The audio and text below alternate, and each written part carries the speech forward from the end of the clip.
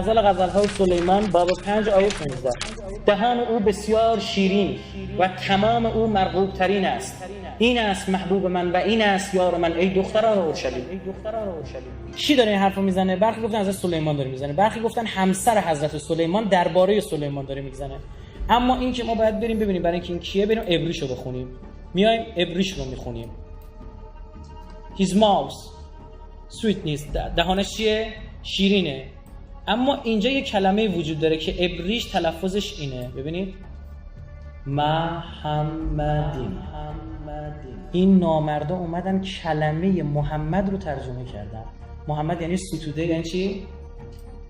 desirable، دلپذیر، خوب.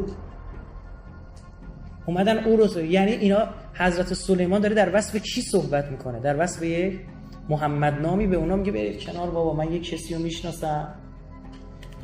رسما الان یهودیان وقتی اینو میخونن اینطور تلفظ میکنن، محمدیم. حکام تکیم و خلو محمد بیم زید و دیو زرعی بنات یروشلایم. از سایت خود کتاب مقدس من گرفتم. یعنی همین الان هست. من چیزی دارم بهتون میگم، فکر نکنید الان دیگه دسترس خارج شده و فلان. اینم آیش باب 5 آیه 16. من اینو بردم گذاشتم تو گوگل ترنسلیت. حالا زیاد سندیت نره گوگل ترنسلیت، اون سایت اصلی برای من چیه؟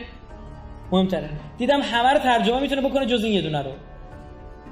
چرا؟ چون اسم اون شیطنتی که اون خاخاما داره این نداره، بنده خدا نرم افزاره. این ایمش چیه؟ این آخر این در زبان عبری به معنای جمعه.